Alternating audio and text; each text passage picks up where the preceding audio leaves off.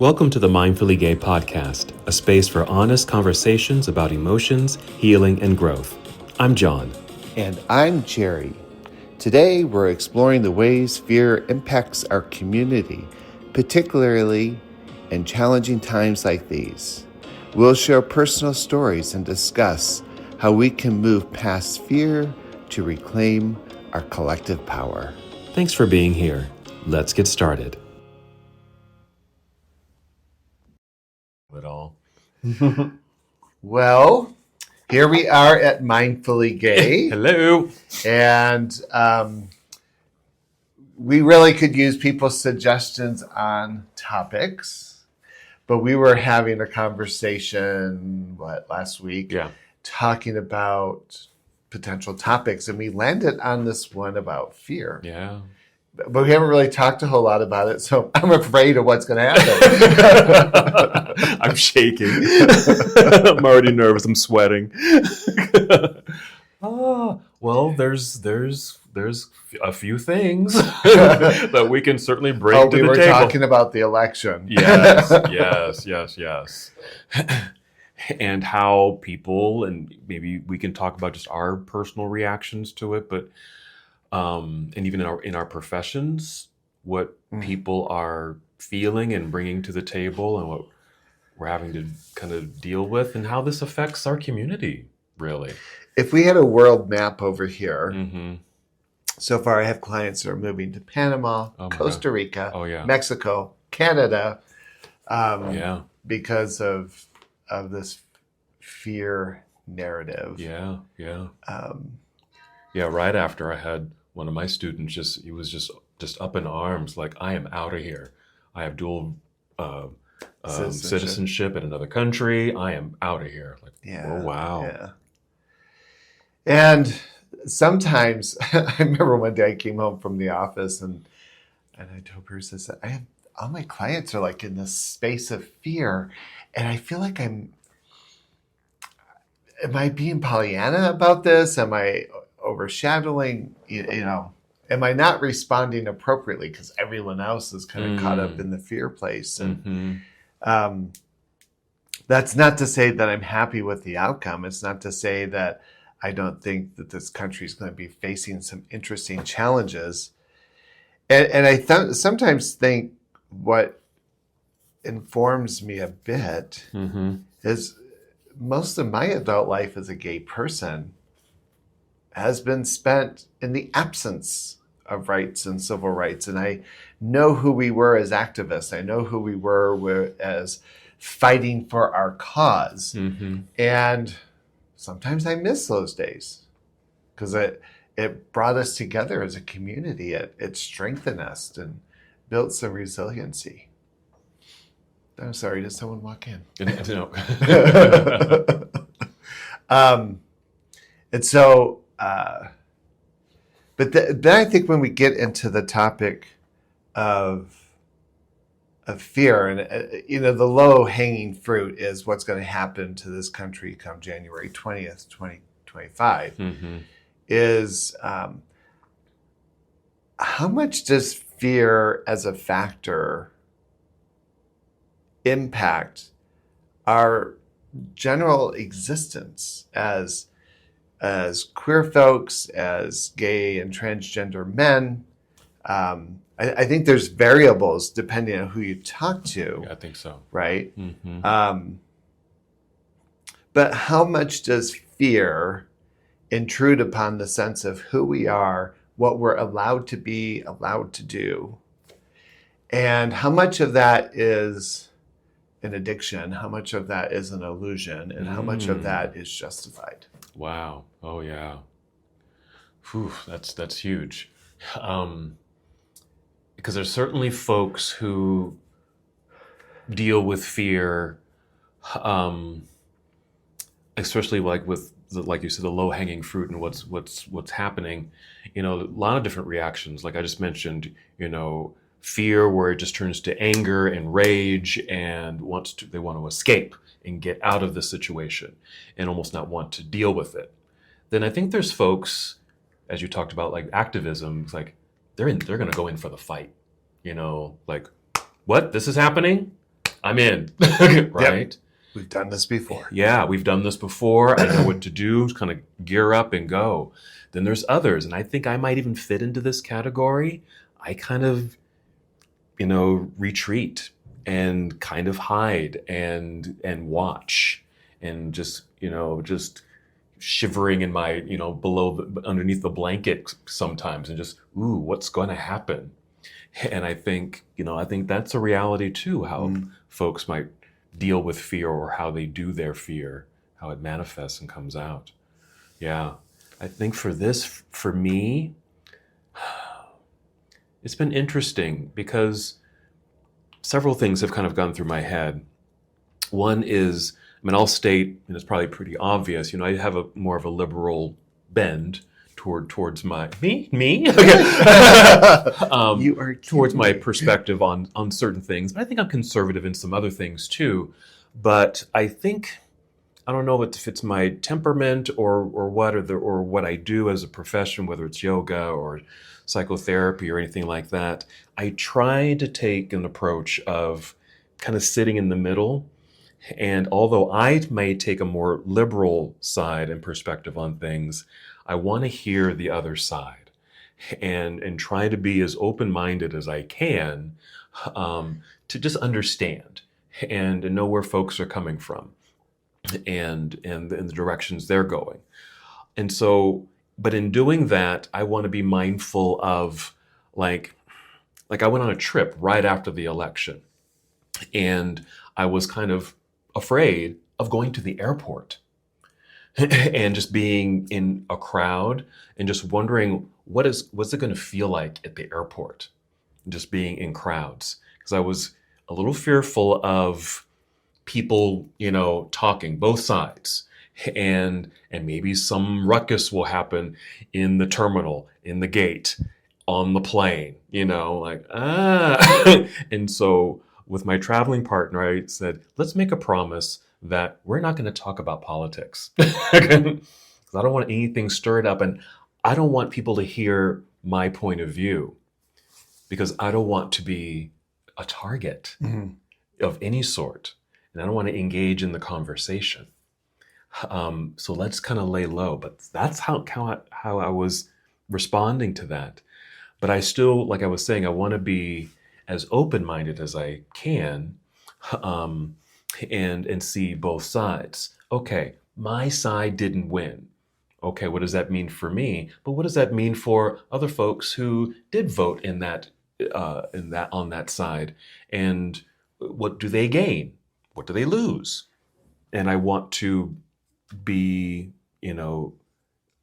inquisitive about that, and not just shun and push away and you're the bad guy kind of thing. I want to lean in and learn and understand. Yeah. I don't think I'm fully there yet, honestly. We kind of talked about this in the holiday podcast, right? Because the holiday podcast we ended up getting into this process of how do we accommodate or work with various perceptions of who and what's important to us with our families. Right. So I'm listening to it and thinking, wow, there's that issue of dialogue that's come up again. Mm-hmm. And I'm going to generalize this a little bit as listening to you talk about how you were kind of approaching the stealth mode of politics. Mm-hmm. And I thought, I'll just ask you personally, but Yeah. I think it can be a generalized question. Sure. Is that a tactic that's similar to navigating other places and spaces in your life? I think so. Yeah. Yeah. So going into stealth mode was not necessarily an unfamiliar place. No. And then as a gay man, how does that work or not work? For me, that stealth mode, I never really called it that, but I think it fits. It dates back to when I was a kid, really, and figuring out I'm a little different, and I don't want people to figure out what I am, if I even if I am really this thing that I think I And so automatically go into stealth mode, kind of keep things secret and hidden and under wraps. And I think that's kind of been in a way, my MO all through my adulthood, Yeah. really. Yeah. And I'm very aware of it. And I can feel myself doing it. I mean, just like going to the airport that day. Yeah. I mean, that's what I do. Trench coat, sunglasses. Yeah, the whole thing, the hat, the fake mustache, the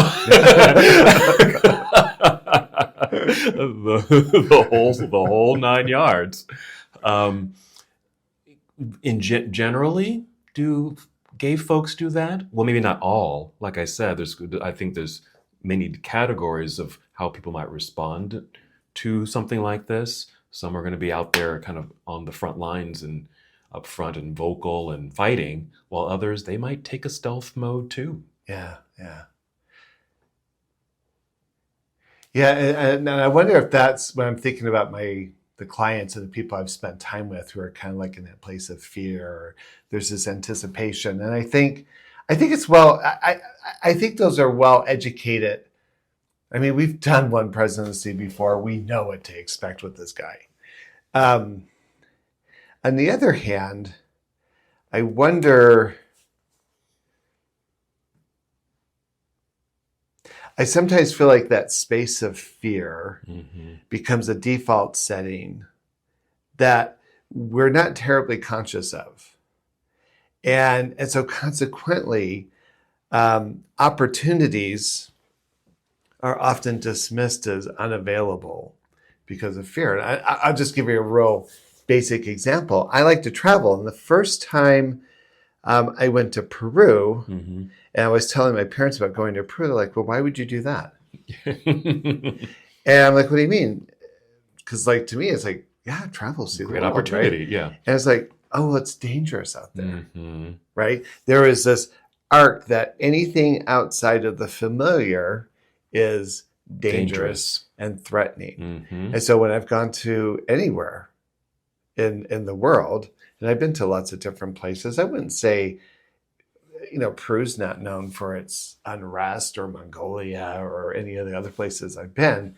But I think about my parents' life did not really exist much outside of where they were living. And consequently, I think that's very much informed their worldview as they see it as this, well, what happens in Michigan is how the rest of the world reacts to things and looks at things. And I know, kind of exploiting some of those fears in my own life and kind of expanding my worldview has really provided me so much more in terms of options of how to be. Yeah. I can certainly relate as far as kind of the parental units being very cautious and worrisome. And, if I say like, I'm going to Peru, I'm going to Costa Rica or something like that, it's, that's nice,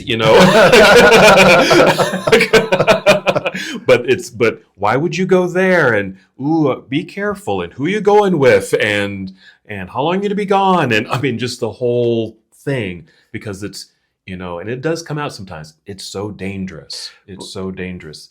Well, you might remember this. I remember it. But as a kid, whenever you heard about Costa Rica, what did you hear about?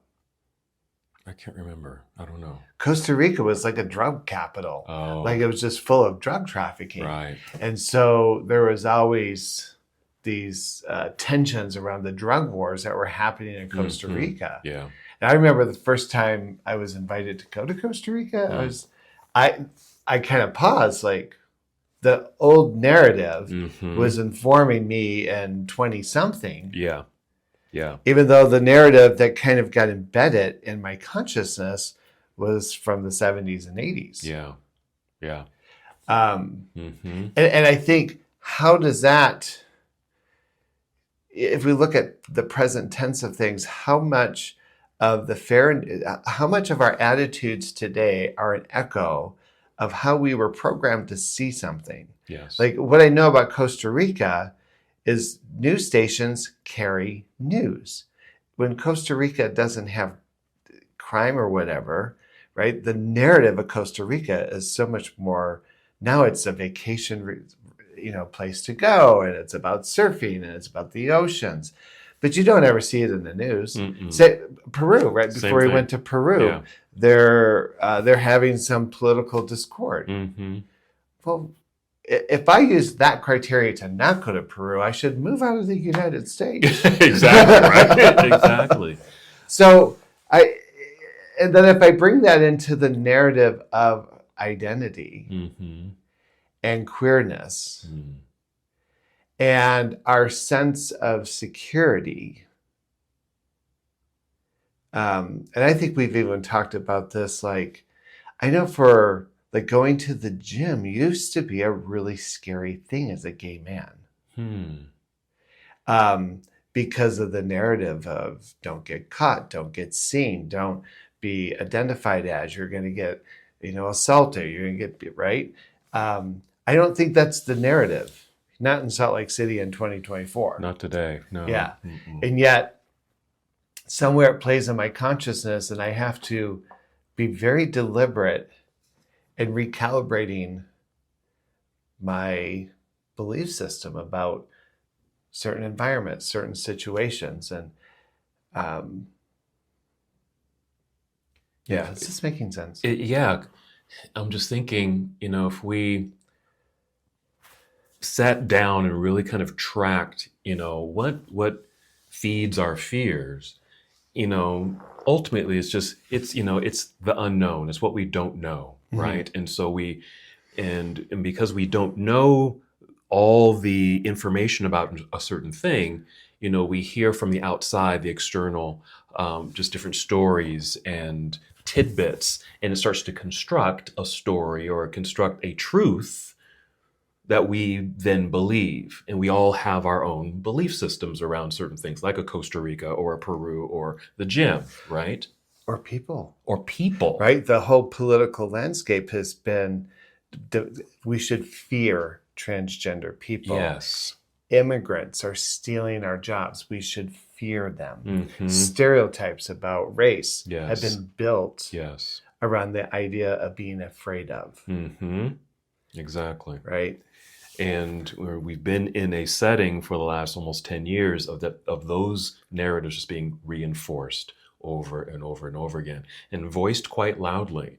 And I think gay people, all people, a lot of people are kind of grabbing onto those narratives, right? Right. And I think our internalized sense of not having conversations like this, in our isolation, we start to buy into the narratives about our own existence. Right. Yeah. Right. So how many times have I had, I've never had a straight person do this, but I'll have gay men come in all the time and say, I'm just so tired of gay men. They can't be trusted. I've never had I've never had a straight person come in and say, I've had it with heterosexuals.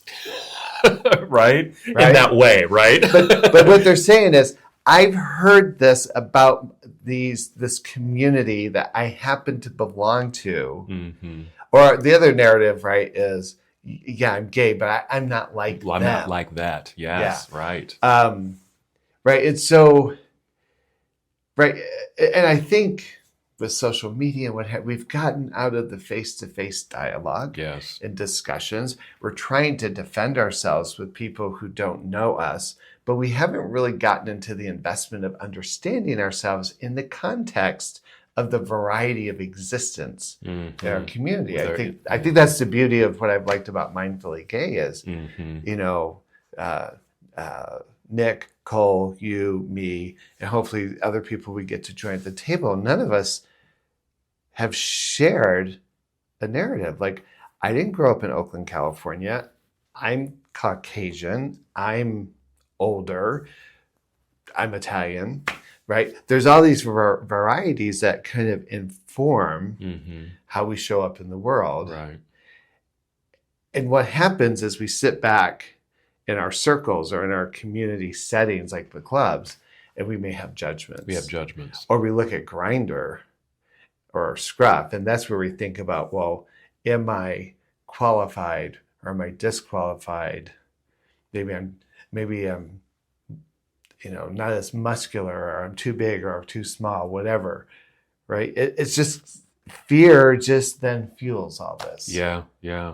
And social media certainly has influenced that when we look at our community and using, the apps. Gosh, we're just it's a reflection of kind of what's going on generally in the country.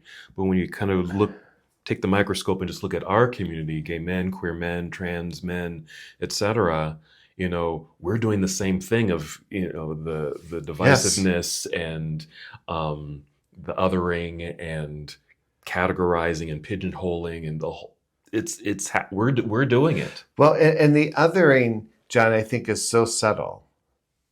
If I send you a text and say, hey, how are you doing? Hey, you're looking good. And you don't respond to it. Mm-hmm. Right? It's like, how is that person who doesn't get the response supposed to experience that? Mm-hmm. Right? Versus I could respond back saying, thank you. Thanks. I've had a lot of people say, hey, I like that. And it's like, thanks. That's important to me. Mm-hmm. Now sometimes people are persistent, and I'll just say something like, hey, I'm working, or I'm at the gym, or blah, blah, blah. Right. But I'm still talking to a person. Yes. Yeah. But the othering, the ways that we support that, I think we could be so much more creative and kinder to each other. Definitely. And supportive to say, hey, you may not be my type, but I value your existence enough to say, hi. I also grew up in a neighborhood that when you drove by strangers, you went, hi. Yeah. Like you waved, you acknowledged, you nodded. People don't do that here in Utah. No, they don't. But I'd wave at you, John. Thank you. I wave back. I want to tell this story. Yeah. Because this was a pretty profound awakening for me around this topic of fear. And I think I've shared it with you before. I've never shared it publicly with the world. But the very first ceremony that I did, actually with psychedelia, was I experienced my own death. Now, remember, I come back from this Mormon history. Drinking has never really been a priority in my life. At that time, I had not even touched marijuana. So I was like a virgin. And so when I took the medicine, it started to kind of take me in. I was just like, I suddenly felt very disorganized. And my first thought was, what have I done? Oh no. Right? Yeah. Mm-hmm. And so I started to sink into it, and I started to relax into it. And I realized that I was dying in this vision. And I was like, oh, fuck. Wow. I didn't mean for that to happen. But what was really interesting, and I think psychically I was laughing. I'll explain what that means here in a minute. But there started to be this list that went through my head of all the things that I worry about. Can I pay the bills? Do I have enough money? What about this? What about that? And it was just this list. Now here I am dying, and I'm. That's what you're thinking about. And my sight. I asked Bruce. I said, "Was I laughing during that experience?" He says, "No," but I could feel my spirit body was chuckling, like, "You fool! Yeah, you spent all your time worried about these things, right?" And at some point, I felt as if the medicine communicated to me and said, "Do you trust me? Can you let go and trust me?" Of which I thought, okay, shaman, walk your path. And so I let go. And it turned into to be this most amazing, blissful, like my attachment to any fear around death was pretty eliminated in this Wow. experience. Wow. So much so, I I don't know how to explain this. I was not suicidal, No. but I really had no inhibitions about the idea that something could kill me, Sure. right? And I started to be really conscious about, like, I put my seatbelt on. My seatbelt is putting on my seatbelt because I'm afraid of dying. Now I wear my seatbelt, right? But I started looking at how I was engaging with the world Mm-hmm. through this new lens. Right. And there was almost like this nonchalant, like, yeah, whatever, I could die. I feel so much so that one day I had to kind of sit down with myself and say, okay, you need to deliberately make the decision to be alive. Mm. So it's like a few days after the ceremony, right? I'm having to have this talk with myself saying, don't be nonchalant or casual about this. Deliberately choose to be alive. Wow. Now, of course, I still interact with these narratives around fear, Mm-hmm. but there was something incredibly liberating. And it was very conscious building in terms of, why would I put my energies why would I waste breath and heartbeats on whether or not I can pay a bill? Mm. What if I did as the medicine and put myself into this place of trust? What if I stepped into my magic and embraced some sense of confidence that somehow things will take care of itself? Yeah.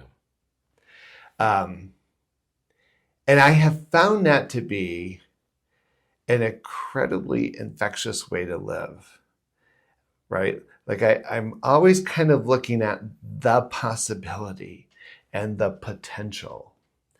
I think that's why I'm not happy about how the election turned out. I think the country made a mistake. Guess what? Not the first one the country has Not made. the first time, right? We have done some pretty devastating things in our history. Mm-hmm. Colonization, slavery, Right. Right. Richard Nixon. I mean, we've done this before. We can go on and on as far as that list, yeah. And I would even argue that in every one of those cases, at some point, we've had to kind of rise above that and move to the place of greatness. Maybe this is going to be a laborious moment for the future of our country to fully embrace democracy, to go to great lengths to defend it. Mm-hmm. But for me personally, it's hard for me to engage. Like, I'm on this texting thread, and every text is trying to quote every news article that's talking about the tragedies that are happening to, people in our community. And it's interesting to suggest that we have the capacity. We would rather see ourselves as martyrs than potential gladiators of the moment. Yeah.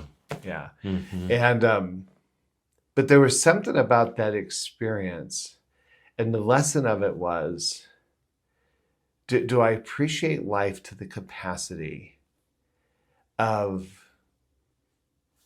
consciously stepping into each moment and each opportunity as it presents itself? Yeah, yeah. That's how I'm hearing it. I'm hearing you in your personal experience with that journey, that you had to come out. When you came out of it, you made a conscious decision to live. Yeah. And live with, and you even said this last year, I think, I'm going to live in joy. Yeah. And embrace joy and happiness, and put on that cloak of, the potential and what's possible for me and my community and my world. And I think what I'm hearing is we need to ask that of our community. Yeah. Instead of just sitting and wallowing in the pain and the hurt and the sorrow and the things that we potentially have lost. Okay. Mm-hmm. once you've done that, because I certainly want to honor people's decisions to do that, real feelings, right? But what do you do after that? Do you just stay in that muddledness and Right. just kind of waddle around and, oh, woe is me? Or, you know, somehow, maybe with some friends, with some help, talking, get yourself out of that space and see what your potential is and your gifts and talents and strengths that you've always had that you can now put to good use now that we're in this situation. Yeah. Have the consciousness to live. Yes. Like, we're so worried about losing these rights,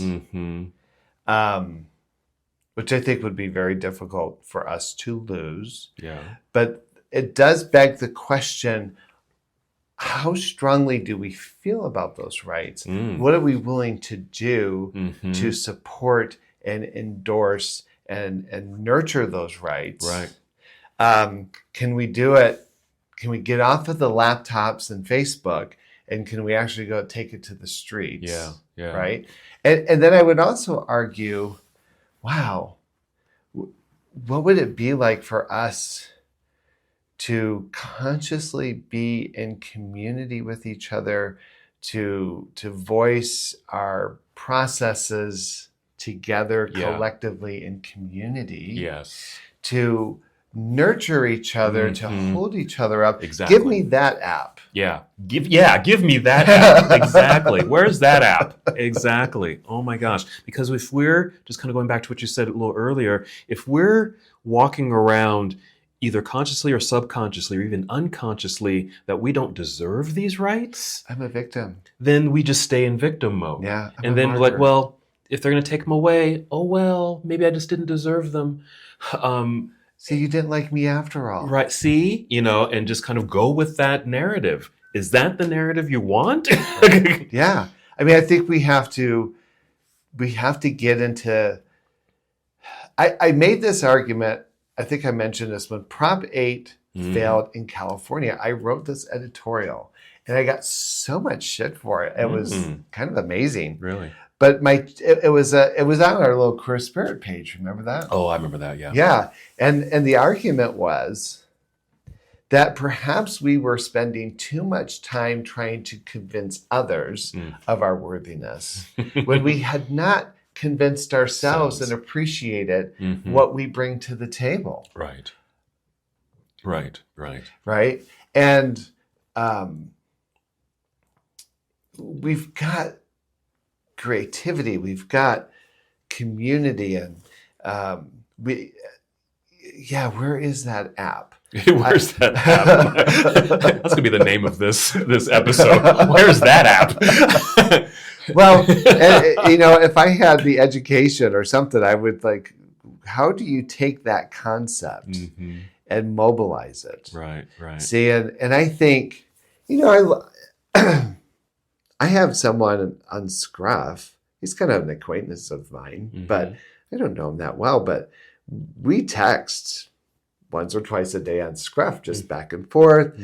And it was interesting. In one of our conversations, we were kind of kicking back and forth this concept of, and we're working on this, right? This concept of creating a healing center, a wellness center, where we could bring yoga, mental health, shamanism, nutrition and fitness, meditation, right? To create a community center / wellness center that would nurture the body, mind, spirit. Salt Lake City right now, we're practically without a community center. What a great opportunity to create a space. Right. And, we're working on it and, shaking the piggy bank and wanting to see something like that happen. But I think we have opportunities. Yeah. I think the thing that holds us back is we're keeping ourselves hostage to old narratives. Yeah, absolutely. And I want to say, I think, mindfully gay has been that platform for communicating the potential and to communicate what our strengths truly are and the gifts that we have and our blessings that we have within us and that are inherent in us as queer people that we can and do offer to the world. And I think in our conversations and with these episodes, I'm hoping that that's what we've been able to deliver, at least have the conversation around it and people are hearing it. So it's already happening.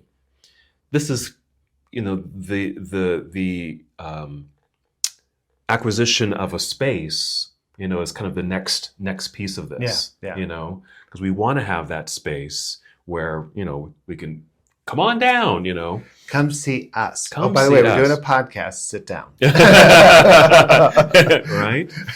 Yeah, we have a live studio audience. You are now a guest. Right. Yeah, all of that.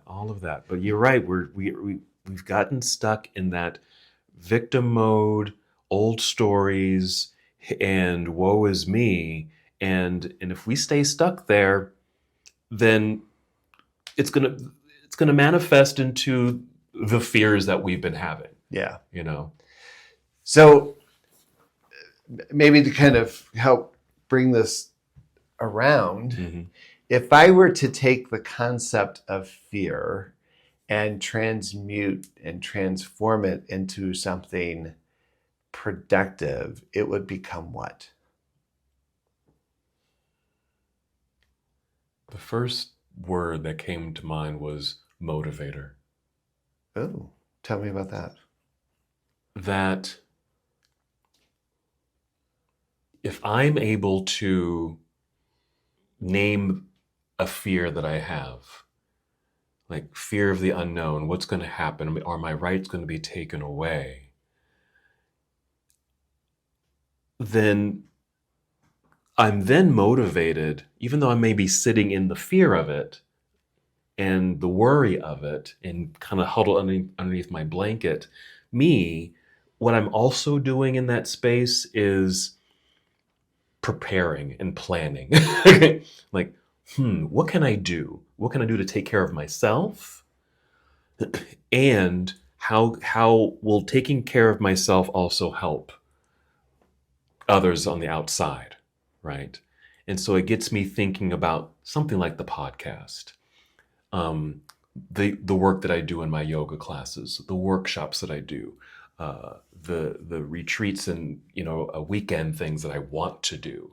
So it becomes this motivator thing, because if I'm fearing that I'm just going to crumble away and no one's going to want me because of who I am and what I am, then I want to do something to declare that I'm worthy of being here, and help others along the way. We have a power and a mission and a purpose. And so I feel like if I can step into what I feel like I do best in my yoga work, then that's going to be my platform. So I start brainstorming. I get motivated.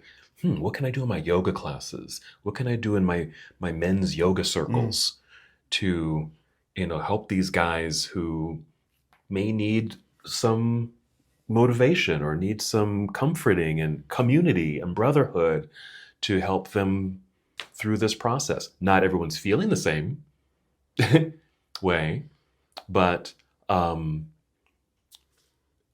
least there can be a space where their voices are heard and they can feel nurtured and taken care of, and they find ways to take care of themselves. So I can turn my fear into motivation. Yeah. What about you? Well, I have these C words I like to use, and I'll come to those in a minute, but I thought that a couple of questions. If we weren't using the word fear, how would we describe this? Oh. I don't know how to describe it without using the place of fear.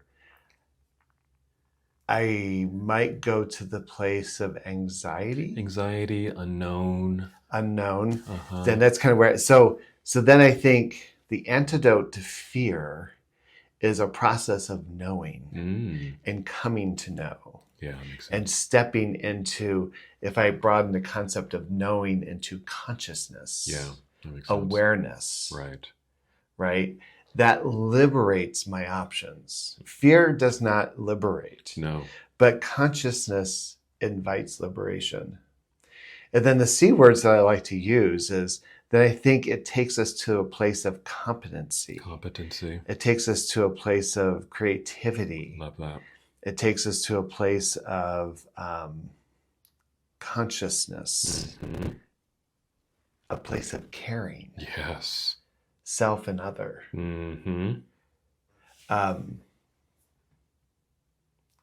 Culpability. Wow. I get to be accountable. Wow, those are all good. I like what you said about if fear is the unknown, then we need to step into a space of knowing. Yeah. And when I talked about motivating, I feel motivated, I step into what I know. I know yoga and I know the power of that. And so if I can step into that power and work it in me and then continue to offer it and teach it and display it, etc., and live it, then I think others can do the same. Because I mean, I can honestly say when with the election stuff before and right after, I kind of went into recluse. I didn't want to watch the news. I didn't want to be informed in any way because I was already inundated and I was already shocked because I was shocked. And so, but I knew what I needed to do. It's like, okay, I'm reacting to this and I'm a little nervous, but I had several things that helped me. One was, okay, I know what I need to do. I need to take care of myself because then that's something that I try to teach and preach in my classes. So I better do it. So that meant no news for a while. Do the things that I love to do, the knowing, the knows, the KNOWs. Good music, writing, cooking, working out, those kinds of things. Eating well, sleeping, just doing the things that are going to nurture me. Yoga, all of those things. Being around good people that can support me. And one voice in particular, and I talk about my mom who can be a worrier, but she was kind of my uplifting voice in all of this. She was so calm, and she just said, it's like, well, here we are. This is what has happened. We talked about even before the election, like this could go either way. This is her. This could go either way. I said, yeah, you're right. It really can. And now that it is this way, she was able to say and help settle my mind, really. She says, you know what? We're pretty resilient people, John. We're going to be all right. And that just softened the heavy load. Like, you're right. We're going to be okay. We know how to get through this. We've done this before, and in that knowing, I then step into that self-care even more so because I want to be strong enough for myself, but I want to be strong enough for my clients and students because they're struggling and they don't have all the tools in the right spot and whatever to kind of get through this in the same way. So if I can stand up and be that resilient individual, live that, preach that, show that, teach it, maybe they'll grab a nugget of that. Yeah. I love what your mom said. She was at our house for Thanksgiving. About we're resilient people. Yeah. Right. And I know a little bit about your family history. I'm guessing she was talking about family and race issues and what have you. Yeah. But that is something that I've been saying to a lot of my clients is we are incredibly resilient and we're a pain in the ass. Yeah. Like we know how to make things look absurd. And if I were a politician, I would want the gay community to be happy. Don't mess with us. You better look out. Because we're gonna make you look bad in drag. We may have something up our sleeves that you may not. But I want to, you were talking about the news and stuff like that. And I had this experience. It's not uncommon that people will contact me and they might need some kind of radical healing, right? Maybe they have cancer or they may have something going on in their body or emotional state. And we might do a particular healing lodge or healing sessions with that person. And a friend said, hey, we need to do this lodge. My friend has all these problems.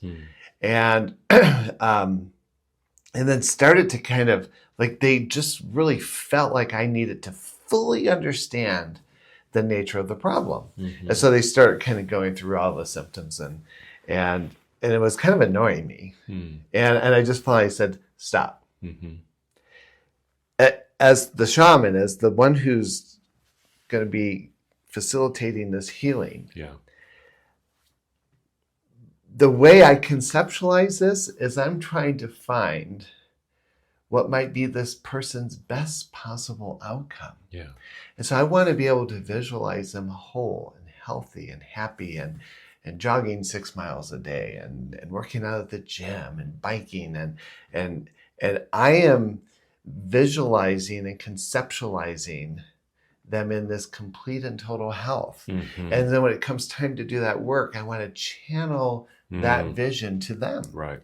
And you're just casting an evil spell. Yes. You are so committed to the diagnosis, so committed to the litany of problems. I already know where your mind is. I'm not sure you should even be in the lodge. Because what I need you to see, right? And what I've seen with shamans and healers around the world, right, is their capacity to remove themselves from a particular reality to go into a place of spirit. And those are different realities. And I, people are so defensive, right? If you try to get them to conceptualize a healthier, more productive, robust way of existing. Oh, no. Oh, all right. Okay. Go ahead and take that syringe and shoot it up. Right? Because what we have to understand is that the particulars of fear are energetics. They're addictive. But they're only effective if you're in collusion with it. Correct. Oh, yeah. And so how dare you collude with a vision of hope and aspiration of forecasting health and healing? Like, how dare you? How rebellious. Right? Try not to be too fabulous about it. Right? Wow. Wow.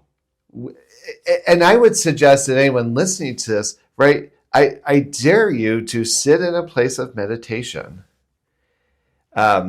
In solution-focused therapy, we often ask the miracle question, which is basically asking someone, if you woke up in the morning and everything was exactly as you wanted it to be, how would you know the miracle happened? How would you be thinking differently, feeling differently? What would you be doing differently? What would it look? And it's interesting how people just want to fall into the deficit. Right. And you have to stop them and say, not what you wouldn't be like, well, I wouldn't be doing this. Well, if you weren't doing that, what would you be doing instead? Right. It's hard. That is wizardly skill 201. Right? Dare to visualize yourself operating in the place of competency and efficiency and happiness. Dare to ask yourself, how are you thinking in that state? How are you experiencing that state? You will put your therapist out of business. Right? So, because we just don't think like that. We just don't think like that. Because if you even you just posing that question to me, And again, if listeners are taking all of this in, I think my first response is, well, I wouldn't do X, Y, Z, and you would stop me and say, well, no, if you're not doing that, what would you be doing? I might say something on a positive front, but I'll probably negate it. Yes, but yes, but right? We're so programmed in that way of thinking, seeing, doing, right? And oof, it's oh wow. Well, and we see it when people come out of the closet, or when they want to transition, or when they want, right? When people start to consider what their authenticity would look like, mm-hmm. It's got a lot of buts in it. It does. Thank goodness. Right? Yeah. And what I've come to appreciate is it takes a powerful magician to adhere to your own particular reality. I think of someone like Dolly Parton. Everyone loves Dolly Parton. Mm-hmm. Why? Mm-hmm. Because her attitude Mm-hmm. is that of a powerful magician. Yeah. She's not seduced to take it down that path. Nope. At least to her public persona, right? Right. We can all be a little bit like Dolly. We can all be like Dolly. What would Dolly do? What would Dolly do? Well, and sometimes that's a technique when people are so struggling to some people are so indoctrinated in the problem that if I ask them what the potential solution, like, I have no idea. It's like, well, if your mom were describing to me the best possible outcome for you, what would your mom want to see? Oh, there you go. Right? I don't know anyone who has, well, how do you think Dolly does it? Right? One of my heroes is Helen Keller, and I sometimes think, wow, if Helen can do it. Yeah. Right. So anyways, just some tools, Yeah, and some that's a good practical, people could just take a few notes on this and take it to your meditation and just contemplate, wow, what would that look like? Mm-hmm. I like that. And I know another little tool, and it's kind of in the same vein of, thinking about people like a Dolly Parton, where she doesn't take that attitude of I can't or I won't, and just has this, this wizardly approach to being in the world and doing herself. I think that, it's a good tool. Something that I do, I watch motivating shows. Yeah. I like some reality shows, and the reality shows that I like The Voice, and I'll just stick with that one, just because here's these young singers, or these singers that want to kind of do something with their careers, and you get a nice backstory, and it's endearing. You kind of get drawn into maybe the struggles that they had, but they had the support of their family and friends to kind of pursue their dreams and all of that. And then you get these coaches too, these superstar coaches who are just so on their side and just lifting them up. And I'm just watching the television, just sobbing, but in a good way though, because it feels motivating to me. It's like, they did it. I can do it too. Not that I want to be a singer, but it's giving me something within me to, I can pursue my dreams too. This is going to sound so corny. Go for it. Mine was just corny, so I watched The Voice and I love it. Right now, Wicked is such a powerful musical, right? And the song that everyone is singing, No Wizard That Ever Was, is going to bring me down. Oh, right? Chills. Basically, that whole song is, I'm stepping into my power. Hello. And why is everyone singing that song? Why is it resonating so strongly? Right. Because our spirits, whether you're gay, straight, trans, bi, non, whatever, right? The nature of our spirits were built and designed to excel and to be godlike. Yes. And so we hear something that triggers that knowing. It wakes it up. Melodopa would say it wakes us up in our bones. Right.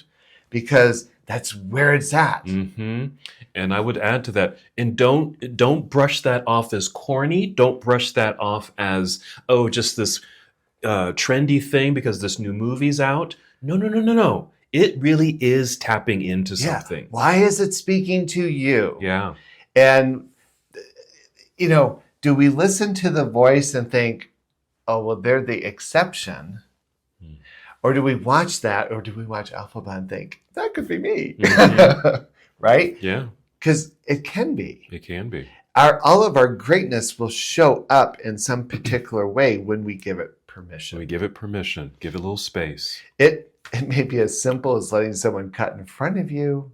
It may be as simple as, right now I am trying to accomplish an overhead squat exercise. Oh, wow. Well, and when Nick showed it to me, I thought, I'm 60.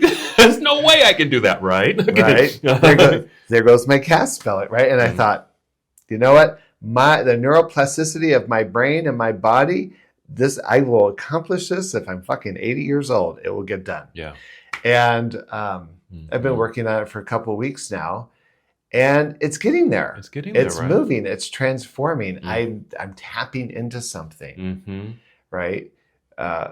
There are all these. This is what you're supposed to be like if you're gay. This is what you're supposed to be like if you're black. This is what you're supposed to be like if you're old. Blah blah blah. Right. And it takes a lot of courage. It does. To say, not my story. That's not my story. So, or I'm ready to change that story. Yeah. And I think that's why the podcast is so important. And I think this vision of creating a space so that you can be in community, be in group, be in brotherhood, so you can be influenced by all of this. Yes. So you can really not just be in your head about, I don't know, but really hear it from other people. Try it out, as we often say here, let's just practice this. Let's just try this on, and support one another on this journey. Hey, did that Wicked movie influence you in a positive way? Oh, but that's just a movie. Really? What did it talk to me about what that really tapped into in you? And, who do you really want to be? I don't know her name, but the actress who plays Alphaba. There's Cynthia Erivo. What's her name? Cynthia Erivo. Okay, yes. There's a meme of her talking about how she got into character. And I haven't seen the movie, but apparently, it flashes back to little Alphaba. And she goes, for me to get into that space, I had to have a conversation with the younger version of myself. Yeah. And I thought, what a powerful exercise. What would John today say to that 14-year-old John, that 16-year-old John, that 21-year-old John? What would you say? And I think about my own life. I remember at 14 and 15 feeling so incredibly trapped. And I don't want to say to that 14, 15, wow, you're going to find so much space and so much liberation. And all you have to do is get through this moment so that you can step into the next. Yeah. Right. But I thought that was a really powerful exercise. It really is. In. Yeah. It is a really good exercise. And it's another one I think we can suggest our listeners just kind of try it out, try it on for size. And when we do workshops and things like that, that might be a good exercise for us to do. Well, right? And what would John today at 48? Thank you. Well, what would John today say to his older self? Yeah. What does 60-year-old Jerry, what might he want to say to 70-year-old Jerry? Wow. Right? Wow. And I'm thinking, I feel like I've broken through so many barriers about just even being 60. I think, man, 70, you're going to revolutionize that look. And For real. For real. yeah. So what would my today version, what would be the advice of me today to the advice of myself 10 years from now? Wow. Love that. And remember when Charles talked about Yeah. stepping into our future or forecasting our future? Yeah. Yeah. Great exercises. I'll even mention, because the Alphaba story that you just mentioned. If you watch RuPaul's Drag Race, that's they do that there too. They get the finalists, and it's like the 4 or 3 contestants, and they're going to lip sync for the crown or whatever. One of the questions that RuPaul will ask, or to the last contestants is, and they show up a little picture. What would you tell 7-year-old Jason? And then the contestant has to talk to. Bitch, you better work. Right? And it's so moving. It's so very moving. And I have to guess that it's pretty healing too. Yeah. To be able to talk to yourself, talk to that kid, and reacquaint yourself with maybe the struggle or hurt that they may have had at that time, and do some reconciliation and grab them by the hand and and nurture them through all of this, because you made it. Instead of this fractionalized sense of I was talking to a client the other day who comes from a really strong LDS background, which I come from, and I was telling him, as much as that was such a struggling time of my life, I want to thank that person for persevering, because it brought me to a particular space that allowed me to receive what is today. Yes. That person there was full of fear and anxiety and doubt. But by working through that gauntlet, I'm very happy with where I'm at today. Yeah, I made it. I'm here. Yeah. There we go. Okay. Let's do it. Let's do it. So there's our kind of discussion about fear and, what's happening in our country right now. How is it affecting you? Where are you? Where are you sitting right now in your own state of mind, body, spirit? And what are you ready to do now? What are you willing to do? And is there something that you can tap into on your own? I think we're able to kind of do that for ourselves and with ourselves, but not everyone has the capacity to do that. And so ask for help, ask for assistance. It's okay. If you're hurting and it's hard and you feel stuck in the mud, it's okay to reach out. You can reach out to us, just send a text. Is there a resource that I can turn to that can help me get to the next step? Or if you got a family member or friend that you can rely on, that you trust, and they don't judge, talk to that person. We have this power, we have this resiliency to move forward. And if we can do that, not only as individuals, but as a community, we can be a driving force and accept and move through whatever comes our way. Preach. Well, we want to thank you for joining us on our podcast. Hopefully, I had an individual say to me, they were listening to the podcast and they almost called me because they wanted to keep having the conversation. I've had that too. But that's the thing.